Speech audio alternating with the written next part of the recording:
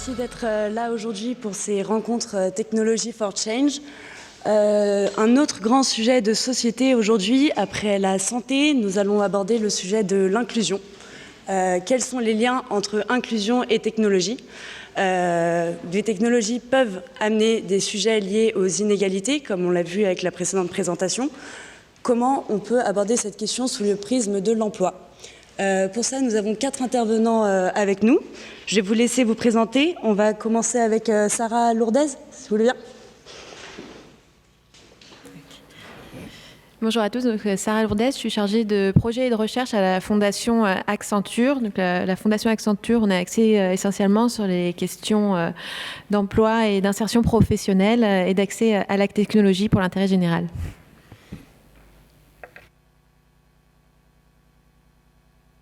On peut décidément pas se couper la parole. Merci beaucoup. On continue avec Inès Modulo. Bonjour, Inès Modolo, je suis la responsable d'antenne Lyon de l'association Weavers, qui est une association qui forme les différentes parties prenantes de l'inclusion. Ce sont tous nos bénéficiaires et on parle donc des personnes réfugiées, des entreprises et des populations qui vivent sur le territoire. Merci beaucoup. Je vais laisser Edwina Kaplani se présenter. Bonjour à tous, je m'appelle Edwina Kaplani, je travaille au sein d'Accenture, dans l'équipe Accenture Research. On fait pas mal d'études sur les technologies, sur l'emploi, sur les sujets de digitalisation. Je suis aussi impliquée dans la chaire de research, dans le cadre de l'initiative Tech for Good avec l'IPP. Merci beaucoup et sans surprise, professeur Thierry Reyna, je vais vous laisser me représenter. Donc bonjour, Thierry Reyna, professeur de l'école polytechnique et chercheur au laboratoire CNRS ICUB, l'Institut interdisciplinaire de l'innovation, et donc porteur de cette chaire Technology for Change. Merci. Merci beaucoup. Du coup, le sujet de cette table ronde, passer de l'exclusion à l'inclusion, ce grand sujet de société, puisque l'année dernière, l'année 2021, a marqué un record, le plus haut taux de pénurie de talents dans le monde depuis 15 ans. 69% des employeurs considèrent qu'ils ont des grandes difficultés à pourvoyer des postes vacants. Donc ça, c'est un premier constat. Et en parallèle, la question du chômage qui reste toujours d'actualité, avec en France plus de 5 millions de demandeurs d'emploi, dont 2 millions de chercheurs d'emploi longue durée.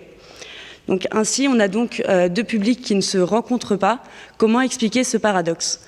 Je vais passer la main du coup à Sarah Lourdez pour nous donner un peu plus de clés de compréhension sur ces personnes qui sont éloignées de l'emploi. Oui, donc pour commencer, c'est vrai qu'il s'agit un peu de caractériser ces publics, on dit, éloignés de l'emploi. Donc peut-être en préambule, juste pour bien souligner que les chiffres du chômage aussi reflètent qu'une partie émergée de l'iceberg. Il y a aussi une invisibilisation d'une partie de ces personnes dont on va parler aujourd'hui, qui sont les personnes marginalisées du marché du travail, parce qu'il y a aussi toute une partie qui ne sont pas inscrites à Pôle emploi, donc qui ne sont pas comptabilisées dans ces chiffres.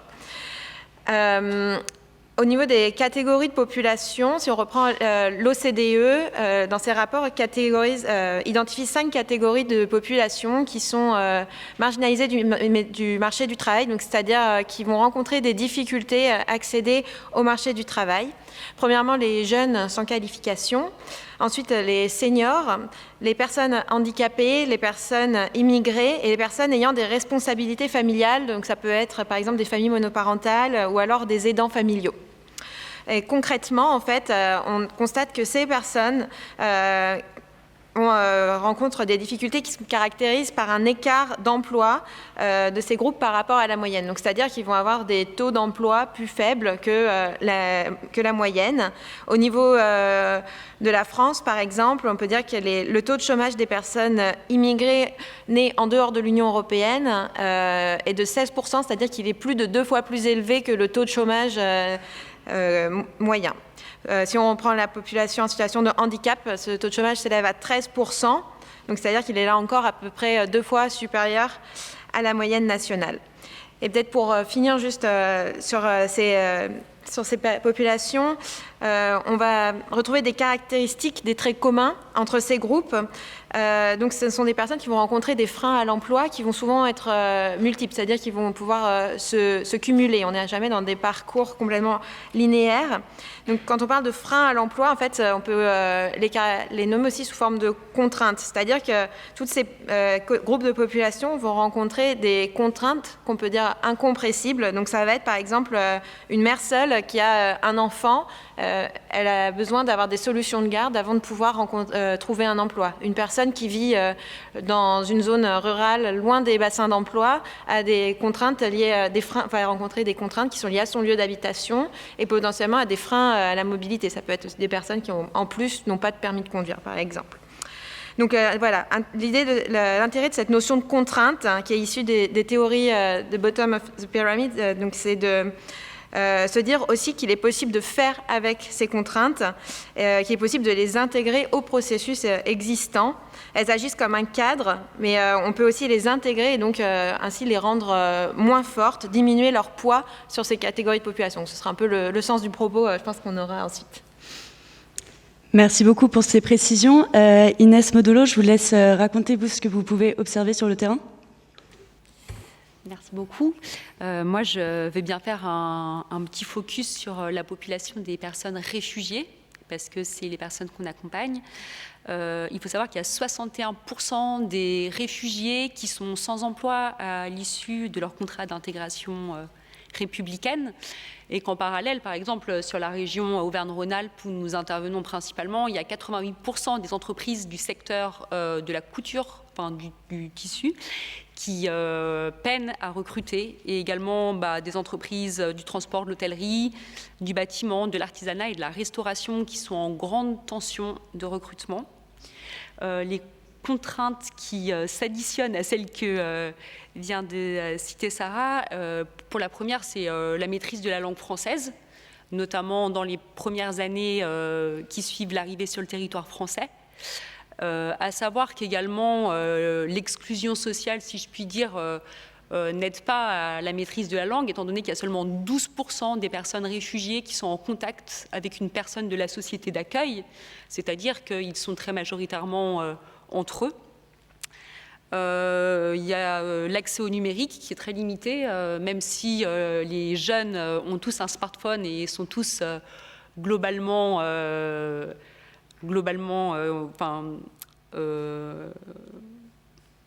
agiles dans ce domaine-là, mais ils ont beaucoup de mal à accéder à tous les dispositifs de droit commun qui sont globalement en ligne. Il peut y avoir le manque de confiance en soi, des traumatismes qui sont liés au parcours d'exil, qui ne sont pas à minimiser. Et voilà. Les autres freins qui peuvent s'imposer à eux, c'est tout simplement le délai moyen d'obtention du statut de réfugié régulier en France, qui est entre 2 et 3 ans. C'est-à-dire que globalement, avant cette période-là, ils ne peuvent pas travailler. À savoir qu'il y a une directive européenne que vous connaissez peut-être, qui est passée il n'y a pas très longtemps, pour l'accueil des réfugiés ukrainiens, justement, qui autorise les réfugiés à travailler dès leur arrivée sur le territoire. Donc on espère qu'il va y avoir des changements de cet ordre-là. Et pour terminer, je pense que je peux dire aussi que là je parle des réfugiés de guerre principalement, qu'on a accueillis ces dernières années, mais qu'à cause du réchauffement climatique, on attend 216 millions de personnes en exil d'ici 2050. Donc il y a un énorme enjeu économique, mais aussi social et politique, d'anticiper les politiques d'insertion et d'inclusion. Merci beaucoup. Du coup, oui, effectivement, on constate qu'il y a toute une population qui pourrait être rapprochée de l'emploi, mais une difficulté pour les employeurs peut-être de les trouver. Je vais vous laisser la main, Edwina Kaplani, pour nous donner votre perspective sur quels sont les facteurs qui font qu'aujourd'hui, il y a encore cet écart entre les deux populations. Oui, donc effectivement, le constat de notre étude, en fait, de l'analyse qu'on a fait, c'est qu'il y a une pénurie de talents, chose qui inquiète vraiment les entreprises. À cela s'ajoute aussi le fait qu'on remarque que ces talents, ces postes en fait, qui sont non satisfaits, ça augmente dans les dernières années. Donc Inès et Sarah, elles ont partagé avec vous des chiffres très pertinents, justement, qui montrent ce manque de talent. Alors que les entreprises, en fait, elles peinent à trouver les compétences et les talents, justement, pour pouvoir ces postes-là. Cela implique que leur profitabilité, les potentiels de croissance dans le futur, en fait, il est menacé. Donc certes, je vous rejoins, il y a un paradoxe qu'on a remarqué, mais est-ce qu'il y a une solution ? Nous, chez Research, on a fait des études, en fait, qui montrent qu'effectivement, il y a un large vivier de talents et de compétences qui sont disponibles, qui sont là, mais que malheureusement, ils restent inexploités. Et ce vivier de talents, ils peuvent aussi être une richesse potentielle pour les entreprises. Et cette étude-là dont je fais référence porte sur ce qu'on appelle les travailleurs cachés. C'était une étude qui a été faite aux États-Unis et dans quelques autres pays en Europe. Mais les dynamiques en fait, des pays, ce qui est ressorti, c'est qu'il y a des parallèles ou des ressemblances. Et qu'est-ce qu'on appelle en fait par ces travailleurs cachés ? Normalement, c'est des personnes qui sont soit sous-employés ou peut-être des personnes qui sont au chômage, mais le trait en fait en commun, c'est qu'ils sont disponibles et pour la plupart d'eux, en fait, ils sont en recherche d'un travail. Donc, ils sont très actifs dans le marché du travail. Ça peut être des immigrés, ça peut être des réfugiés, ça peut être aussi des personnes qui souffrent d'un handicap physique, des personnes qui ont des problèmes de santé mentale, de problèmes de développement, de neurodiversité. Aussi, dans ce en fait, panel de travailleurs cachés, on va inclure des personnes qui, peut-être, ils ont été incarcérés dans le passé, des personnes qui ont des qualifications, mais malheureusement pas des qualifications traditionnelles. Donc, comme vous voulez, c'est vraiment un panier très hétérogène, mais le trait commun, c'est qu'ils ont envie de travailler, mais ils ne réussissent pas en fait, à entrer le marché du travail. Pour cela, on a fait une enquête, en fait, un sondage. C'était à peu près 8000 de travailleurs cachés qu'on a interrogés. On a interrogé aussi côté entreprise, les dirigeants, justement pour voir c'est quoi les besoins de ces travailleurs, c'est quoi les attentes, qu'est-ce qu'ils attendent en fait du marché du travail, comment ils veulent travailler, mais aussi côté entreprise, pourquoi en fait ce vivier de talents il a été négligé, il reste négligé, pour comprendre les changements nécessaires pour que les entreprises en fait ils tirent parti de ce groupe de travailleurs. Et le constat, en fait, ce qui a été évident pour nous, c'était qu'un changement de paradigme, d'état d'esprit, était nécessaire. Cela veut dire que la manière qu'on recrute jusqu'à maintenant, en fait, il fallait que ça soit revisé. L'approche classique, en fait, c'est que voilà, les employés, ils vont identifier les compétences, les employés, ils ont besoin pour faire les tâches requises dans un job précis. Et pour cela, après, les candidats, ils vont être filtrés dans le parcours de recrutement. Parfois, c'est le logiciel qui fait cela, parfois, ça peut être un humain. Mais avec ce filtrage-là, il y a la personne, par exemple, qui a un gap de plus de 6 mois dans son CV, qui va être exclue.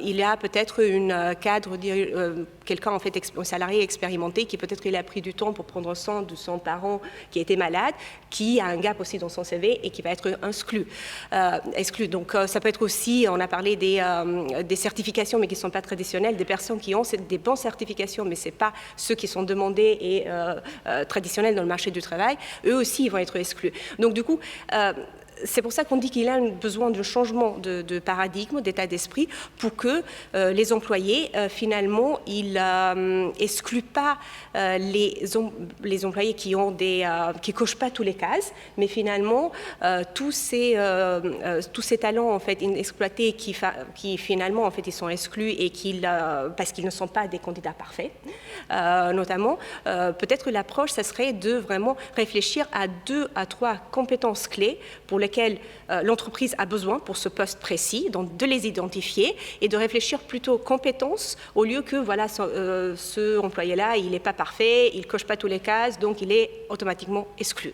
Donc ce changement dans l'approche, il va les inclure, ces employés-là, et après pour le reste, on identifie ces 2-3 compétences et pour le reste, l'entreprise, elle propose des formations en interne qui peut combler en fait les compétences que ce candidat il manque et qu'il a besoin. Ça peut être des soft skills, des compétences technologiques, mais qui restent un peu pas dans le corps. Le corps, il a déjà, le potentiel, il a déjà. On a vu via cette étude-là que quand même les employés, ils ont des réticences. Ils ont des craintes que s'ils se lancent et qu'ils ont recours à ces travailleurs cachés, peut-être ça va impliquer une performance, ça va impliquer leur compétitivité. Peut-être ils vont s'ouvrir à des risques. Peut-être ça va se traduire avec un rendement négatif en termes de profitabilité. Or, c'est le contraire, parce que ce vivier en fait, de talents, il présente une richesse potentielle pour l'entreprise dans leur dimension économique, mais aussi dans la dimension sociale. Il y a plein de raisons, en fait, plein d'éléments qu'on peut mentionner dans le côté soit économique, soit social. Je vais en mentionner 2-3 qui peuvent illustrer justement ce côté économique. Donc, le premier, c'est le fait que avec ça, ils ont ils vont combler les lacunes en termes de compétences, parce qu'ils vont faire référence à ces employés-là, donc ils vont combler les lacunes en termes de compétences, et ils vont avoir des équipes beaucoup plus diverses, beaucoup plus inclusives. Donc, ça va jouer aussi dans l'innovation et dans la dynamique de l'équipe. Les coûts qui sont associés avec le recrutement de ces travailleurs cachés, ils ne sont pas forcément plus élevés que les coûts quand on a recours à des sources de talents traditionnelles. C'est ce que l'étude a montré et cela montre en fait que le recours à ces travailleurs-là, ce n'est pas forcément un compromis que l'entreprise doit faire, parce qu'elle doit faire pour que ça soit plus inclusif et payer plus d'argent, avoir des coûts un peu plus élevés. Ce n'est pas forcément cela. Et le troisième, c'est les gains qu'on obtient pas forcément dans le processus de recrutement, mais aussi dans l'intégration. Parce que ces employés-là, à peu près 2/3 des chefs d'entreprise, ils nous disaient qu'ils sont beaucoup plus loyaux, ils sont beaucoup plus intégrés et ils restent dans l'entreprise beaucoup plus longtemps. Et il y avait quelques dimensions, en fait, que c'était très important aux yeux des dirigeants et leur performance de ces travailleurs cachés, c'était mieux en fait qui était attendu en termes de qualité, en termes de profitabilité, en termes d'éthique de travail aussi. Donc tous ces éléments-là qui faisaient qu'il y avait une expérience positive à la fin de l'embauche de ces travailleurs-là. Donc tout ça pour vous dire qu'il y a ce vivier de talents. Les entreprises, elles ne doivent pas le négliger. Pas forcément toutes les entreprises qui ont des difficultés de recruter, mais toutes les entreprises parce que ça peut jouer dans la diversité, dans la dynamique d'équipe et dans la performance économique aussi. Merci beaucoup Edwina. Donc un changement de paradigme nécessaire, presque vital pour les entreprises. Professeur Thierry Reynac, quel rôle peut jouer ou joue déjà la technologie pour cette inclusion ? Merci. En fait, je pense que quand on parle d'emploi et de technologie, on parle souvent beaucoup plus d'exclusion. Enfin, je pense qu'on a beaucoup plus l'exclusion en tête. C'est vrai qu'on a tendance à penser au fait que la technologie déjà remplace des emplois. Donc plus on monte en technologie et moins on a besoin de gens qui travaillent. Donc il y a des exemples emblématiques en ce moment, notamment au niveau des cols blancs, par exemple, dans le domaine juridique aux États-Unis, où des gens qui ont fait des longues et coûteuses études de droit se retrouvent mis au chômage par des algorithmes. Donc il y a effectivement le remplacement. Il y a l'autre effet qui est l'effet de la déqualification, c'est-à-dire qu'on a tendance à penser que si aujourd'hui vous ne programmez pas en Python, de toute façon vous ne trouverez jamais un travail. Et de fait c'est vrai, c'est quelque chose qu'on observe. Alors moi j'ai eu la chance de participer à une étude sur le sujet il y a quelques années. Alors j'ai la chance d'avoir mon co-auteur Octavio Escobar dans la salle. On s'était intéressé à l'impact de la numérisation sur le travail des journalistes et on s'était rendu compte effectivement qu'il y avait de fait de la numérisation une précarisation de plus en plus grande en fait du métier des journalistes. Alors à petite indication, faut pas se dire qu'on ne va pas numériser parce que ça gardera les emplois, parce que c'est encore pire. Hein. Donc, de toute façon, une fois que c'est numérisé, grosso modo, il faut y aller. Donc, on est effectivement dans ce cadre de création d'extructrices comme on connaît, et on a beaucoup aussi insisté sur les effets pervers que peuvent avoir la technologie vis-à-vis de l'emploi, hein, notamment les algorithmes qui aussi conduisent à de l'exclusion en pré-triant les CV.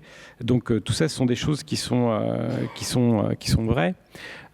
Cependant, c'est vrai que quand on en vient à ces questions, on se dit que, encore une fois, l'exclusion qu'on peut constater dans le marché de l'emploi, il n'est pas vraiment dû à la technologie, il est probablement dû au fait qu'on n'a pas réfléchi à des bonnes manières d'employer la technologie.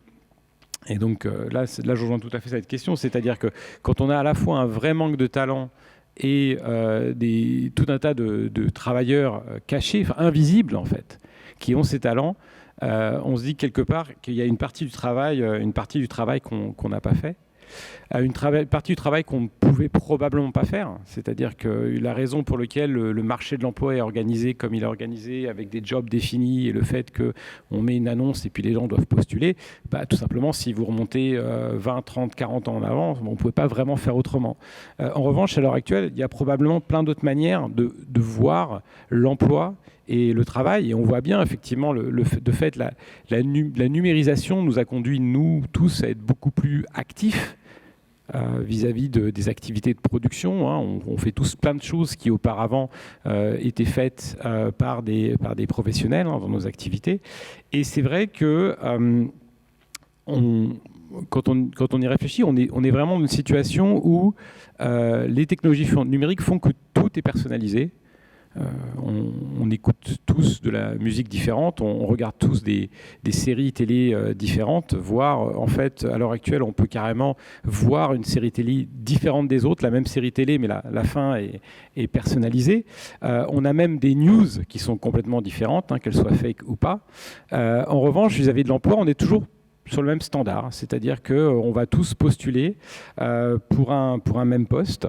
Et c'est là, effectivement, où les technologies peuvent permettre ce changement de paradigme, c'est-à-dire qu'elles doivent, je dirais, nous aider justement à sortir de ce carcan qui est on définit un poste et puis désespérément on essaie de trouver des gens qui le remplissent, à une situation où on se dit ok, en fait on a tout un tas d'êtres humains qui ont des connaissances, des compétences, qui ont des situations particulières. Hein. Ça peut être des personnes effectivement qui sont éloignées de l'emploi parce qu'elles sont en situation de handicap, qui sont éloignées de l'emploi parce qu'il y a des barrières linguistiques, qui sont éloignées de l'emploi parce que ce sont des personnes qui ont fait un burn-out, qui sont support de famille.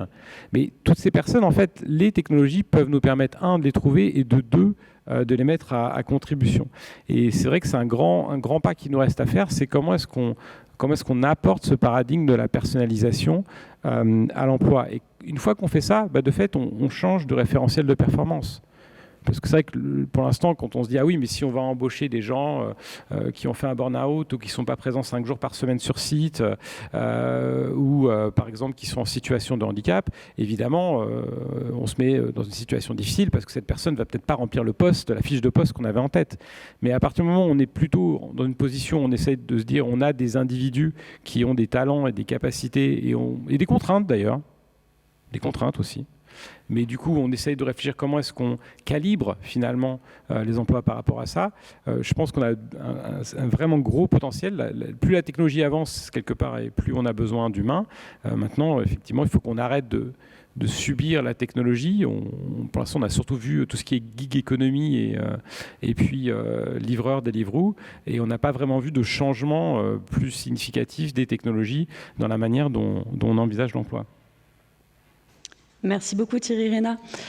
Du coup, une standardisation qui n'est plus adaptée et peut-être les technologies peuvent nous offrir cette personnalisation qui permettrait plus d'inclusion.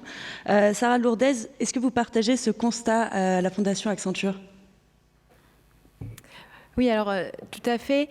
Et peut-être pour aller un peu au-delà, nous, je vais revenir un peu sur des projets qu'on peut soutenir. Et c'est vrai que qui viennent des projets qui sont portés par des associations, bien sûr. Donc la technologie, c'est vrai que utilisée à bon escient, voilà, c'est aussi un formidable outil. Nous, on va avoir plutôt des partenaires qui l'utilisent, par exemple, dans l'identification des soft skills. Donc on va être sur des personnes, des candidats très particuliers qui vont être les jeunes, plutôt sans qualification, et éloignés de l'emploi, aussi sans expérience, forcément sans expérience professionnelle à pouvoir valoriser sur un CV. Donc c'est des jeunes qui ont peu de qualifications, peu de diplômes et peu d'expérience à mettre sur un CV. Donc la question, c'est qu'est-ce qu'ils peuvent mettre sur un CV pour être visible et attractif aux yeux des employeurs. Donc par exemple, il y a Article 1 donc, qui agit pour l'égalité des chances en France et qui a développé une plateforme qui s'appelle Job Ready, qui va utiliser un chatbot et de l'intelligence artificielle pour permettre à des jeunes de en fait, remplir des expériences de vie qu'ils ont. Donc, par exemple, ils sont capitaines de l'équipe de foot, ils s'occupent depuis qu'ils ont 10 ans de leurs frères et sœurs, ils organisent des repas, ils ont un parcours migratoire aussi qui est aussi une expérience de vie qui est formatrice et pendant laquelle on développe aussi des expériences et des compétences. Donc le chatbot va permettre en fait à partir de mots-clés saisis par le jeune dans ses expériences d'identifier des soft skills, donc c'est-à-dire des compétences douces, des aptitudes et de pouvoir ensuite à la fois les valoriser et les développer en participant à des ateliers, en lisant des contenus qui permettent de développer ces soft skills. Ensuite, Job Ready a aussi l'ambition de développer des badges soft skills que les candidats pourront aussi mettre sur leur LinkedIn ou sur leur CV au même titre qu'un diplôme. Et donc c'est là qu'on retrouve ce que disait Edwina juste avant, c'est qu'en fait on va pouvoir recruter sur des critères qui ne sont pas ceux du diplôme, qui ne sont pas ceux du stage ou de l'expérience professionnelle précédente, mais sur des compétences douces notamment qu'ont les personnes et sur le potentiel de ces candidats et donc sur la manière dont ils peuvent en fait matcher avec les besoins de l'entreprise. Si on va plus sur le chemin du recrutement, je vais vous parler d'un deuxième outil, deuxième plateforme qui est développée par Mosaic RH. Donc Mosaic RH, ils luttent contre les discriminations à l'embauche. Et donc là, ils ont développé une plateforme qui s'appelle Diversifiez vos talents, qui est un job board qui promeut des méthodes de recrutement, là encore, alternatives, qui vont être là aussi basées en partie sur les soft skills des candidats et en partie sur leur diplôme. Et l'idée de Mosaic RH, en fait, c'est d'utiliser la technologie pour dépasser les biais humains inconscients des recruteurs. C'est-à-dire que chaque individu a en fait des biais humains inconscients, c'est-à-dire on va faire des choix qui sont guidés par un inconscient, c'est-à-dire que si on a plusieurs candidats et qu'il y en a un qui a fait la même école que nous, on va se dire ah tiens, ça va être peut-être plus simple de travailler ensemble, on a la même formation, on a un peu la même manière de penser, donc on va inconsciemment favoriser ce candidat à un autre qui a fait une fac qu'on connaît pas, mais qui a potentiellement finalement des compétences et un potentiel qui correspondrait mieux à ce qu'on attend en fait sur ce poste. Donc voilà, là on est sur deux outils qui en fait sont des outils de valorisation à la fois des soft skills, donc des compétences douces et du potentiel des candidats, et deux outils qui utilisent la technologie pour aller vers des recrutements, des méthodes de recrutement un petit peu alternatives.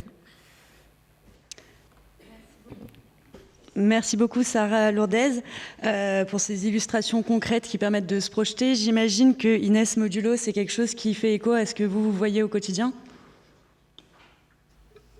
Oui, tout à fait. Moi, ça m'amuse beaucoup parce que, en fait, pour moi, la digitalisation et le numérique, ça force aussi les entreprises de fait à changer leur manière de recruter. Pourquoi ? Parce que grâce ou à cause de ces mutations accélérées, dans les années, fin des années 90, on disait qu'une compétence, un savoir-faire, il était valable pour les 30 prochaines années. Maintenant, il est valable seulement 2 ans. Donc que ce soit des personnes qui soient en visibilité ou pas, de toute manière, il y a un gros enjeu à parier plus sur des potentiels que sur des savoir-faire et à accompagner et à former tout au long de la vie professionnelle. Donc ça débloque un peu déjà de toute manière, ça en fait un enjeu partagé. Nous, comment on procède chez Weverse? On fait des préformations pour des personnes réfugiées et on insiste vraiment sur les soft skills. C'est-à-dire qu'en fait, ils vivent au sein de notre entreprise un véritable parcours de coaching, à la même manière que les cadres dans les grandes entreprises, où ils vont développer leur confiance en eux, leur pouvoir d'agir, leur capacité eux-mêmes à être acteurs de leur propre parcours professionnel et à animer des événements. Et on travaille avec un partenaire, une entreprise qui s'appelle Ergo. C'est un site qui s'appelle Je ne suis pas un CV, qui, je pense qu'il y a des similitudes avec JobReady, je crois, où justement, c'est un système où on rentre des expériences qu'on a vécues et en fait, ça se transforme en compétences valorisables. On a ce genre de partenariat. Et après, en fait, on a un système sur le programme Tisseurs d'avenir. On a des partenariats avec des entreprises en tension de la région qui nous demandent, qui s'engagent à faire signer des contrats en CDI à des personnes que nous formons. Donc, ça leur permet aussi, eux, de pouvoir s'affranchir des potentiels préjugés qu'ils peuvent avoir, d'une partie de l'accompagnement aussi, pour lequel, en tant que RH, ils n'ont pas forcément... d'un point de vue éthique, en fait, ils n'ont pas à connaître les problématiques ou les parcours d'exil que les personnes ont vécu. Donc ça, c'est totalement délégué et ça permet qu'il y ait une rencontre humaine qui se crée. Et du coup, pour les recrutements, ce qu'on propose, ce n'est pas des entretiens classiques, mais c'est des rencontres, donc sous forme de ce qu'on appelle des matinées ou des déjeuners apprenants, où en fait, c'est les personnes recrutées qui vont proposer aux employeurs de leur apprendre quelque chose par rapport aux compétences qu'ils ont développées. Et en général, ça fait des matchs. Et si je peux rajouter aussi, parce qu'à la base, l'association Weverse était spécialisée dans les savoir-faire manuels, qui se sont digitalisés en partie, mais on continue à croire quand même que les savoir-faire manuels ont de beaux jours devant eux, parce que l'artisanat par essence ne peut pas passer à l'échelle. Et que c'est des compétences qui se valorisent et qui vont avoir besoin d'être réinternalisées dans les prochaines années, comme la crise du Covid nous l'a montré également. Et que pour nous aussi, la technologie et les outils de sourcing, etc., ça reste un paradigme avec des biais, parce qu'ils ont été créés par certaines personnes à destination de personnes qui ne connaissent pas forcément.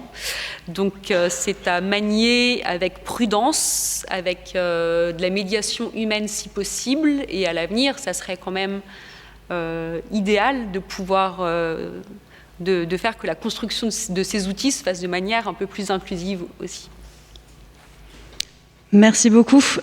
Du coup, face à ces mutations accélérées, plusieurs outils tech que vous utilisez pour valoriser les compétences, pour réduire nos biais et surtout pour créer du lien et des rencontres et pour inclure toute la dimension humaine.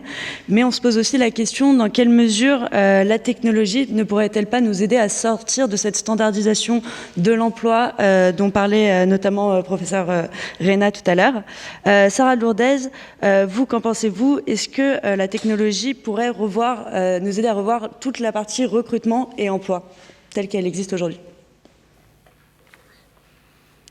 Donc, c'est vrai que, comme j'expliquais précédemment, la technologie, c'est en effet un outil formidable avec un gros potentiel pour repenser justement l'emploi, repenser les manières de recruter, mais aussi les manières d'employer. Après, je pense, quand on parle aussi dans nos recherches de nouvelles conceptions de l'emploi. On voulait repenser l'emploi, c'est-à-dire changer de paradigme et cesser de vouloir adapter les personnes aux emplois et à l'inverse, adapter les emplois aux personnes. Et dans tout ça aussi, on ne peut pas se passer bien sûr de l'humain. Donc bien sûr pas oublier que la technologie est un outil formidable, mais ce qui va permettre à la technologie d'être inclusive, à l'emploi d'être inclusif, c'est avant tout la rencontre de l'autre, des personnes qui sont différentes, toutes ces personnes aussi qui rencontrent les contraintes dont on parlait précédemment.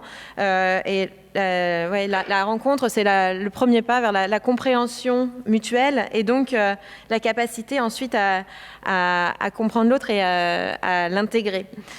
Donc, peut-être pour revenir rapidement sur les nouvelles formes d'emploi, je voulais vous parler de 2 expérimentations de terrain qu'il y a pu y avoir et qui montrent qu'une autre manière de concevoir l'emploi aussi est possible. Une première de ces expérimentations, elle a eu lieu juste après le Covid, donc en octobre 2020 à Marienthal en Autriche. C'est une expérimentation qui s'est faite à l'échelle d'une ville pour lutter contre le chômage de longue durée, donc dans cette ville. C'est une expérimentation autour de la garantie à l'emploi, donc c'est-à-dire que toutes les personnes au chômage de plus de 9 mois dans la ville se sont vues proposer des emplois garantis pendant 3 ans. C'est des emplois qui incluent un partenaire, un acteur privé, prestataire de services, qui crée des emplois dans des projets locaux et régionaux. Ces emplois sont opérés ensuite par des entreprises sociales, donc ça va être de l'emploi public. Et le principe de base de cette expérimentation, en fait, c'était de partir à la fois du besoin et des appétences de ces personnes au chômage de longue durée et aussi de leurs compétences et de leurs contraintes pour leur proposer un emploi à la fois qui leur convienne, non seulement en termes de type d'emploi, de type de tâches, et qui puisse être adapté à leurs contraintes. Donc en termes de durée de travail, de type de tâches que les personnes peuvent effectuer ou non. Et donc là, les premiers résultats en fait, de cette expérimentation montrent que les personnes qui se sont vues proposer ces emplois, ils sont déjà allés, étaient volontaires pour y aller, pour travailler, et sont restés. Je pense qu'on retrouve aussi une des choses que disait Edwina, c'est une fidélité et un engagement dans l'emploi.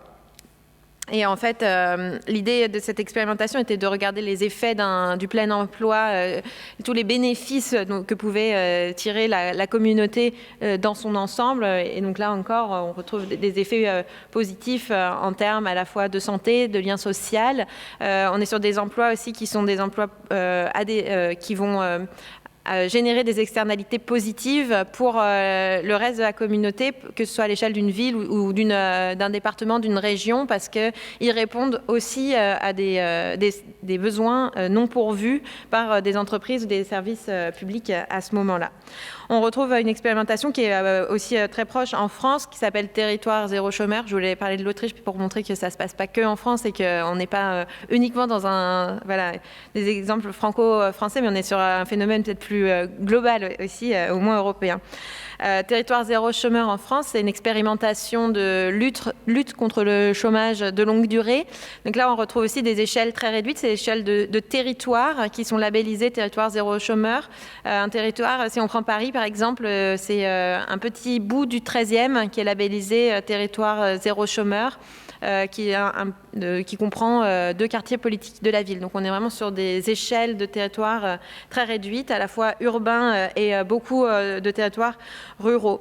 L'objectif de Territoire zéro chômeur, donc, c'est de lutter contre le chômage de longue durée en employant toute personne au chômage de longue durée et volontaire pour travailler dans une structure ad hoc qui est créée dans chaque territoire qui s'appelle une entreprise à but d'emploi. Donc comme son nom l'indique, elle a pour but premier de faire travailler ces personnes en partant du principe que personne n'est inemployable. Donc en s'attachant à la personne, à son potentiel, à ses envies aussi, on va pouvoir développer un certain nombre de biens et services.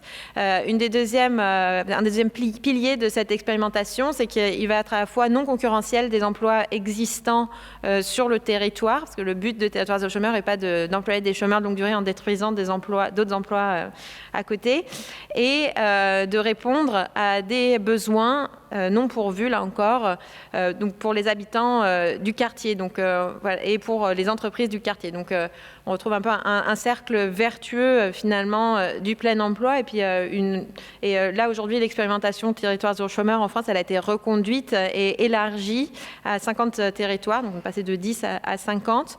Et ce qui va montrer aussi quelque part le succès de l'expérimentation. Ah, ok. Ah, c'est bon, c'est en bleu. Une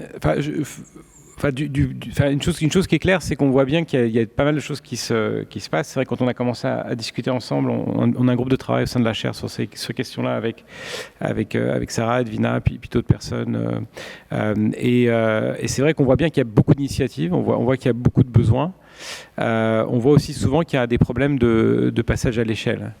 Et pour revenir à la question de la technologie, je vais faire le geek de service, mais en fait, une chose qui est claire, c'est que vis-à-vis de l'emploi, c'est pas la technologie qui est la solution. Je pense que si la technologie numérique c'était la solution du chômage, je pense que ça fait un bout de temps qu'on n'aurait plus de chômeurs.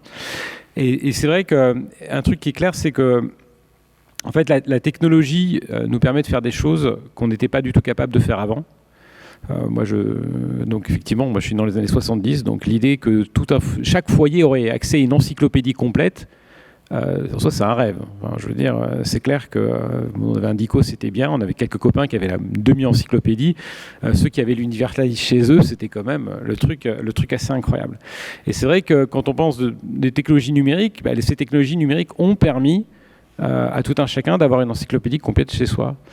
Mais c'est pas ça qui est vraiment intéressant, c'est qu'en fait, surtout, ça nous a permis et poussé à repenser ce qu'était une encyclopédie. Au début, on numérise et puis on fait Britannica Online, ou Universalis Online, ou on fait Encarta Online. C'est toujours l'encyclopédie de Diderot. Et puis ensuite, on se rend compte que c'est pas la bonne manière de faire. La bonne manière de faire, c'est Wikipédia. Avec ses bons et ses mauvais côtés, mais c'est Wikipédia quand même. Et on est vraiment dans la même situation vis-à-vis de l'emploi, c'est-à-dire que tant qu'on n'aura pas repensé la manière dont on fait l'emploi, dont on pense l'emploi, eh bien en fait on ne sera pas en mesure de tirer vraiment parti, de tirer profit de ce que ces technologies peuvent permettre. Et c'est vrai que du coup on a réfléchi avec notre petit groupe de travail sur qu'est-ce que pourrait prendre, quelle forme ça pourrait prendre. Et c'est vrai qu'on s'est dit, en fait, on avait carrément la solution d'une part, ces entreprises qui n'arrivent pas à recruter, et d'autre part, ces personnes qui sont exclues du marché de l'emploi, c'est tout simplement penser d'autres manières de faire l'emploi. Et on s'est dit, en fait, finalement, on pourrait définir des emplois inclusifs ou inclusive jobs. Et on voit que finalement, c'est à 3 niveaux. Il y a un niveau qui est peut-être un niveau de base qui est de dire ok, pour l'instant on a des gens qui sont exclus de l'emploi parce que tout simplement l'emploi n'est pas vraiment adapté. On a des questions de ce point de vue-là évidemment vis-à-vis du handicap, par exemple le fait que certains bâtiments ne soient pas accessibles, le fait que des personnes qui aient des problèmes de mobilité ne soient pas capables de faire tout un tas de choses. Il est évident que dans la manière même dont on pense les produits, dont on pense les services, il y a toute une manière de faire les choses de manière à ce que ce soit plus inclusif. C'est le cas par exemple pour les sites web, pour les applications de vidéoconférence pendant le télétravail par exemple, tout un tas de choses qu'on a vues récemment. Donc il y a un premier niveau qui est de se dire ok, finalement pour que l'emploi soit plus inclusif, il faut quelque part qu'on rende les moyens, et notamment les moyens technologiques liés à l'emploi plus inclusifs. L'autre aspect, qui est celui dont on a beaucoup parlé, c'est tout simplement de dire en fait, l'emploi lui-même peut être plus inclusif. C'est-à-dire au lieu de définir une boîte et d'essayer de faire rentrer des gens dans les boîtes, alors on voit bien que les gens, certains y arrivent, mais souvent on voit bien que pour l'entretien, ils avaient un petit peu déguisé certaines de leurs compétences et donc voilà, et au final on est un petit peu déçus. À la place, des emplois inclusifs, ça serait des emplois qui, comme on en a déjà parlé, seraient basés sur des humains, des personnes, avec une histoire, avec des compétences, avec des appétences. Et justement, au lieu d'essayer de les faire rentrer dans une case, au contraire, essayer de faire une case autour d'eux, qui correspondent à ce qu'ils sont vraiment capables de faire. Mais ça, dernier point, évidemment, ça veut dire qu'il faut repenser la manière dont on pense la gestion des ressources humaines. Parce qu'on n'est plus dans une gestion des ressources humaines où l'idée c'est que voilà, on fait une fiche de poste et on la publie, et puis après on essaye de gérer quand les gens finalement ne correspondent pas tant que ça à la fiche de poste. C'est vraiment une gestion des ressources humaines qui soit pour le coup vraiment basée non plus sur les postes. On est vraiment à l'heure actuelle, on est plutôt dans une question de gestion de poste plutôt que de gestion des ressources humaines, et de passer vraiment à une gestion des ressources humaines où on soit vraiment centré sur les humains. Et ça, encore une fois, cette gestion des ressources humaines proche des individus et de leurs compétences, c'était quelque chose qui n'était pas possible auparavant. Et justement, la technologie, pour le coup, utilisée à bon escient, peut nous permettre d'aller dans cette direction. Merci beaucoup, professeur Thierry Reyna. Est-ce que vous aviez quelques conseils à nous donner quelques conseils et des bonnes pratiques à nous donner justement pour créer ce changement-là? Donc effectivement, après qu'on a présenté le concept, je voulais mentionner en fait le fait que les entreprises elles se sont déjà engagées dans ce chemin d'inclusion. Il y a quelques initiatives qui se dégagent et certes elles sont très diversifiées, on ne peut pas être exhaustif de tout mentionner. Mais effectivement, un des premiers points en fait ou des initiatives qu'on remarque, c'est vraiment l'amélioration de l'accessibilité des bureaux, des postes de travail, des outils de travail ou de leur site web que Thierry il vient de mentionner. Donc c'est là on voit des entreprises qui ont un réel engagement et elles vont au-delà du cadre législatif en fait qui leur a été imposé dans le design inclusif. Parfois, elles innovent, elles explorent avec les employés, parfois handicapés en fait, pour justement arriver à avoir ce design exclusif et aménager l'espace de travail. De l'autre côté, on retrouve des entreprises qui lancent des programmes de recrutement, d'embauche qui sont non conventionnels. Et ça, c'est à des target groups un peu spécifiques, soit des gens dans la neurodiversité ou des personnes avec des problèmes d'handicap. Donc à ce moment-là, elles lancent des recrutements non conventionnels et on ne regarde pas seulement le CV, mais c'est plutôt le relationnel qui joue pendant le processus de recrutement. De l'autre côté, après, on a aussi des entreprises qui font des forums virtuels, justement pour que leurs employés ils peuvent partager et parler de l'handicap.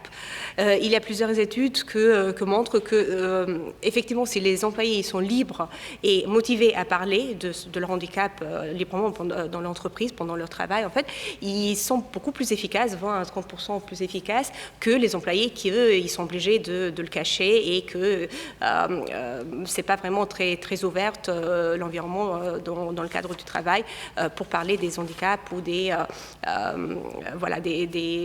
barrières.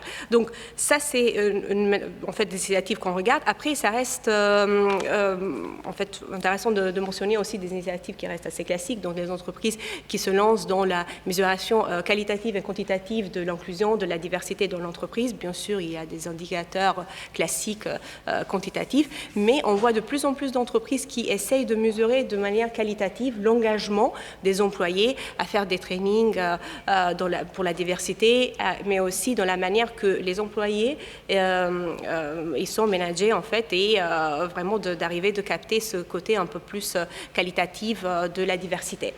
Donc voilà, il y a plein d'initiatives. Le chemin, certes, il n'est pas facile parce que ça peut générer aussi des frustrations. On remarque qu'il y a des initiatives, ça c'est le côté positif. Après, de l'autre côté, il faut aussi mentionner qu'il y a encore un écart en fait entre ce qui est annoncé, les intentions, et aussi les mesures réellement entreprises par les entreprises. Merci beaucoup Edwina Kaplani. Inès Modulo, je vais vous laisser le mot de la fin. Après, on va prendre les questions. Merci. Merci pour ces deux dernières interventions, parce que c'est vrai que ce qu'on constate aujourd'hui, c'est que les politiques publiques d'inclusion sont globalement à destination des personnes qui sont éloignées de l'emploi et pas celles qui les accueillent. Donc il manque quand même la moitié du job. En effet, sur les problématiques liées à l'inclusion des personnes en situation de handicap, il y a énormément d'initiatives qui ont été réalisées par des entreprises. C'est aussi certainement lié aux questions de quotas. Et c'est vrai que sur les autres les autres populations éloignées de l'emploi, il y a des choses qui sont faites, mais c'est encore un peu plus timide, si je puis dire. Donc nous, notre travail, c'est d'accompagner vraiment les entreprises à l'inclusion, donc principalement les RH et les managers. À savoir qu'une politique de management inclusive, c'est forcément une politique de management qui prend en compte les besoins de l'humain au global, donc en fait qui est bénéfique à tous au sein d'une entreprise. Et par rapport à cette question aussi d'obsolescence des compétences et d'évolution rapide, on fait le pari que le job du manager dans les prochaines années doit être totalement réinventé parce qu'il y a un énorme enjeu d'accompagnement à la montée en compétences et à trouver sa place au sein de l'entreprise au fil des années pour fidéliser les personnes et pour s'assurer qu'elles restent compétentes, qu'elles soient éloignées de l'emploi ou pas. Et puis, il y a tout un travail aussi sur lever les préjugés, les croyances limitantes, s'adapter aux personnes. Parfois, c'est assez simple, en fait, il suffit de demander. Et c'est pas plus compliqué que tout ce qui existe déjà dans les usages de l'entreprise, quoi. Il suffit de les ajouter et de mélanger. Voilà.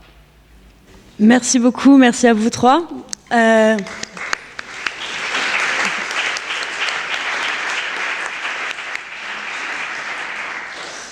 Donc merci à vous quatre. On va prendre les questions dans la salle.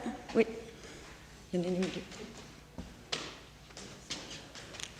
Oui, 5 minutes.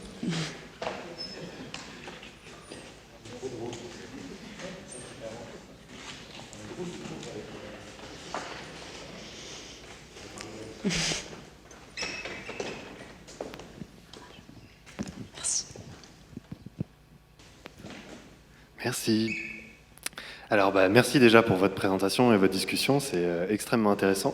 J'ai notamment noté et beaucoup aimé le parallèle entre le marché de l'emploi et l'encyclopédie, parce que effectivement, on voit que dans le changement entre Britannica Online et Wikipédia, c'est un changement radical, et notamment le changement, il est dans l'engagement personnel de la personne qui regarde. Déjà parce que chacun apporte sa contribution sur les articles Wikipédia, mais aussi parce que même le lecteur est appelé à plus d'esprit critique que dans une encyclopédie. Et alors, ma question est en fait en deux temps. Si le CV en ligne d'aujourd'hui, c'est le Britannica Online, et qu'il nous reste à réinventer le Wikipédia du CV, est-ce que ça veut dire que dans le système d'emploi de demain, le demandeur d'emploi en fait sera beaucoup plus actif, beaucoup plus engagé dans sa demande, et peut-être qu'il ira chercher une entreprise pour dire voilà comment je pourrais répondre à votre besoin, et à mettre en avant aussi sa personne, ses soft skills, etc. Ça, c'est la première question.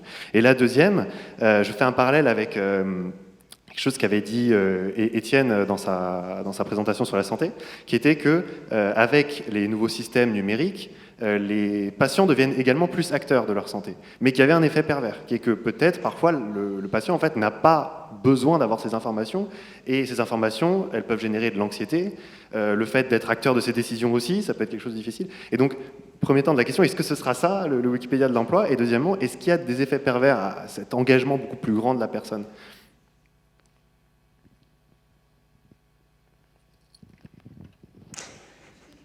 Vu qu'on n'a pas l'encyclopédie, c'est moi qui donne l'exemple, je me permets de commencer. C'est un très bon point. Enfin, je pense que de toute façon, le CV en tant que tel, mais je laisserai mes collègues préciser, parce que je pense qu'on est tous convaincus, le CV en tant que tel, c'est probablement aussi obsolète que l'encyclopédie sur étagère. Ça et la lettre de motivation manuscrite, évidemment, pour ceux qui ont connu ça. Effectivement, il y a cette question de participatif. Alors, un élément qui m'est venu en tête, j'y ai pas forcément pensé en réaction à ta question, c'est le côté collaboratif, en fait. Et ça, j'avoue que j'ai pas réfléchi à la question, c'est est-ce que finalement, l'emploi de demain, c'est pas juste moi essayer de trouver des entreprises qui ont besoin de moi, mais aussi tout simplement moi être recommandé par un certain nombre de personnes qui disent mais en fait vous cherchez quelqu'un qui est extrêmement patient, je vous jure elle est extrêmement patiente, j'ai essayé la faire craquer. Et non, elle est extrêmement patiente. Si vous voulez quelqu'un de patient, c'est la bonne personne.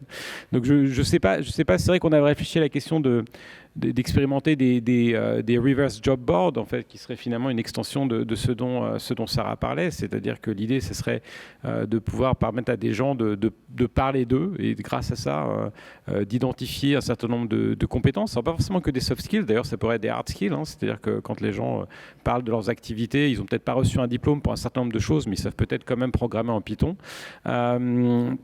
Donc c'est vrai qu'il y a énormément de choses, mais je pense que c'est un très bon point. Il y a probablement beaucoup de choses à repenser. Je ne sais pas ce que vous en pensez. Pour compléter plus sur la deuxième partie de la question, sur ce que les personnes, les demandeurs d'emploi deviennent acteurs de leur recherche d'emploi. Je pense que les demandeurs d'emploi sont déjà très acteurs de leur recherche d'emploi. Et peut-être ce qu'on n'a pas beaucoup mentionné là, c'est que quand on parlait de hidden workers, de pools de talents qui sont cachés des entreprises, les entreprises n'y accèdent pas. Par contre, c'est des personnes qui sont généralement accompagnées par des missions locales ou par des associations comme Weavers qui proposent à la fois une aide dans la recherche d'emploi, mais donc un accompagnement dans la recherche d'emploi, dans le développement des soft skills, etc. Et donc, là encore, je ne pense pas qu'on se passe de l'accompagnement de la personne, justement pour anticiper une potentielle limite qui serait peut-être un marché de travail où on n'irait plus du coup vers une ultra-libéralisation. C'est les personnes qui arrivent à aller se vendre auprès des entreprises qui trouvent les emplois, et ce serait bien sûr un effet pervers du concept. Merci pour votre question. Je vois qu'il est déjà 15h45 et en tant que timekeeper très exigeant, je vais vous demander d'en rester là. Et sauf erreur de ma part, c'est la pause café. Donc si jamais vous avez d'autres questions, vous pouvez aller voir directement les intervenants. Merci beaucoup.